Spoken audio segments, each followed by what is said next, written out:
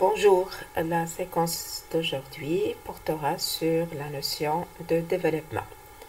Avant de l'expliquer, je vous invite de me suivre attentivement afin que vous puissiez répondre à un certain nombre de questions qui pourront faire l'objet d'une évaluation. À titre d'exemple, définir le développement et le développement durable, expliquer la relation qui existe entre la croissance économique et le développement, apprécier le niveau de développement d'un pays à travers les composantes de son IDH. Alors prenons maintenant la définition. Contrairement à la croissance économique qui signifie une augmentation chiffrée du PIB, le développement est une notion qualitative et plus large. Elle s'intéresse à la manière dont les richesses créées ont été réparties et à leurs impacts, bien sûr positifs, sur les différents plans. Si on prend par exemple l'économie, est-ce que l'essor de la croissance économique a contribué à la valorisation et à la diversification de l'offre exportable ou de la production? A-t-il contribué, à titre d'exemple, à la réduction des déséquilibres macroéconomiques, à la dynamisation de la bourse, à l'amélioration de la compétitivité de l'économie? Si on prend par exemple le plan social, est-ce que la croissance économique réalisée a favorisé l'amélioration du pouvoir d'achat des citoyens, la réduction des inégalités sociales et spatiales, la réduction de la pauvreté, l'amélioration de la santé, de l'éducation?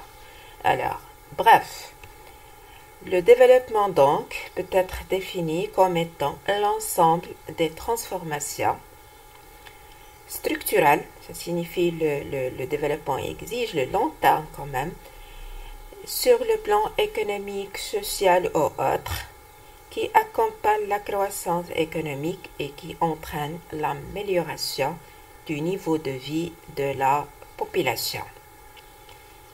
Passons maintenant aux indicateurs de mesure. On distingue deux indicateurs. Le PIB par habitant, qui est égal au PIB d'un pays divisé par sa population totale. Cet indicateur classique a été utilisé par la Banque mondiale pour classer les pays du monde en fonction de leur niveau de développement. Mais il a été vivement critiqué étant donné qu'il cache de nombreuses faiblesses. Par exemple, il cache les inégalités sociales. Il ne donne aucune information réelle sur l'amélioration de la qualité de vie de la population. Ces critiques ont donné naissance à l'apparition d'un autre critère plus efficace, plus large, plus global, utilisé récemment par le Programme des Nations Unies pour le développement pour classer de la même manière les pays du monde en fonction de leur niveau de développement. De quoi est composé l'IDH? Alors, l'IDH est composé de trois critères. En plus, bien sûr, du PIB par habitant qui reflète le niveau de revenu, l'IDH contient aussi ou comprend l'éducation.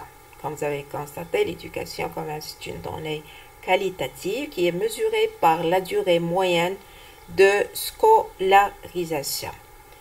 Il comprend aussi la santé ou la longévité qui est mesurée par l'espérance de vie à la naissance. Une espérance de vie à la naissance très très longue signifie quand même que les besoins de la population sont bien satisfaits, il y a une qualité de vie, ainsi de suite. Alors, le Programme des Nations Unies pour le développement accorde chaque année aux différents pays du monde une note qui varie entre 0 et 1 pour chaque composante. Puis, calcule son IDH qui n'est rien d'autre que la moyenne de ces trois notes. Alors, un IDH qui tend vers 1 signifie que le niveau de développement humain du pays s'améliore, mais lorsqu'il tend vers 0, signifie que son niveau de développement se détériore. Prenons maintenant le cas de notre pays, le Maroc. Alors, d'après le rapport du Programme des Nations Unies pour le développement, en 2019, c'est en 2019, le Maroc occupe la place 121 parmi 189 pays qui ont fait l'objet de ce classement, de cette étude. Avec bien sûr un IDH qui est égal à 0,676 sans unité. Ce résultat classe notre pays, ou classifie plus précisément notre pays, dans la tranche des pays ayant un développement humain moyen. La Norvège actuellement est le pays qui devance tous les autres avec un IDH qui s'approche à un 0,98. Comparativement à l'année dernière, 2018, le Maroc a gagné 2 places. Ça signifie son rang, c'était 123.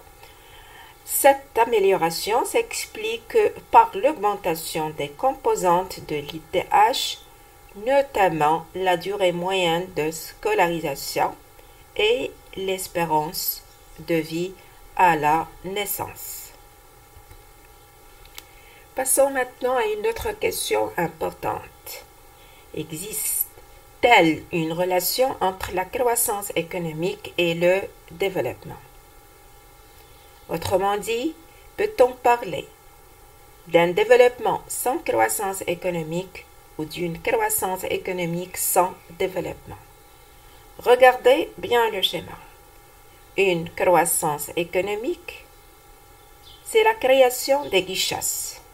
Si ces dernières sont réparties de manière équitable, elles vont entraîner automatiquement une amélioration des revenus, que ce soit des revenus primaires ou secondaires, lesquels seront destinés à être consommés, ce qui va entraîner par la suite une satisfaction de plus en plus meilleure des besoins des citoyens et par la suite une amélioration de la qualité de vie, amélioration de niveau de vie. Ces changements structurels sur le plan social concourent bien sûr à ce qu'on appelle le développement. Cette croissance économique, bien sûr, s'il est bien réparti et s'il est supérieur à celle de la croissance ou il est supérieur à la croissance démographique, il va, comme on a déjà dit, entraîner amélioration des revenus. Cette amélioration des revenus va entraîner amélioration de la demande, de l'épargne, de l'investissement, de l'offre, de la compétitivité, amélioration des recettes de l'État, qui vont entraîner à leur tour de manière directe ou indirecte l'amélioration de la qualité de vie et donc le développement. Donc on parle ici des changements structurels au niveau économique. Donc on peut dire que la croissance économique entraîne le développement. C'est un moteur de développement, mais à condition que les richesses créées soient bien réparties et que ces richesses créées doivent être supérieures à la croissance, bien sûr, de la population.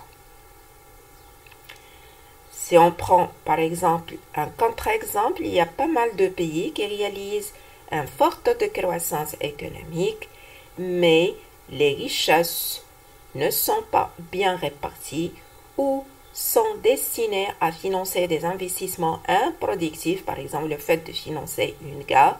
Alors, au lieu que la croissance économique entraîne le développement, elle peut entraîner ce qu'on appelle le sous-développement. Et bien sûr, c'est l'objet de la séquence suivante. Prenons maintenant le deuxième cas.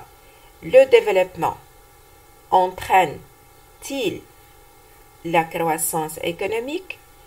Revenons au schéma. Un pays développé. Ça signifie en d'autres termes un pays dont le facteur travail est très motivé. Et par la suite, il sera productif, il sera innovant, ce qui va entraîner hausse du PIB et donc la croissance économique. Donc, le développement constitue un facteur essentiel pour la croissance économique. Il entraîne toujours l'amélioration de la croissance économique. Conclusion. Les deux notions, à savoir la croissance économique et le développement, sont en relation très étroite, sont interdépendantes. Passons maintenant au dernier point. Le développement durable, notion très récente, utilisée fréquemment.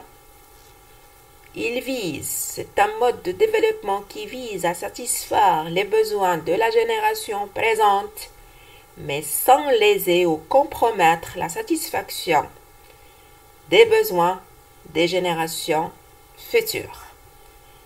Un développement durable, c'est un développement qui vise à répondre à trois éléments essentiels. Il doit être efficace de point de vue économique, c'est-à-dire l'amélioration, la création des richesses et d'emplois. Il doit être équitable de point de vue social. Autrement dit, c'est un développement qui vise à réduire les inégalités sociales, spatiales, la pauvreté. C'est un développement qui vise à être écologique de point de vue, autrement dit, à être écologique et donc soutenable au niveau environnemental. En d'autres termes, préserver la diversité des ressources naturelles et énergétiques. À bientôt et à la séquence prochaine.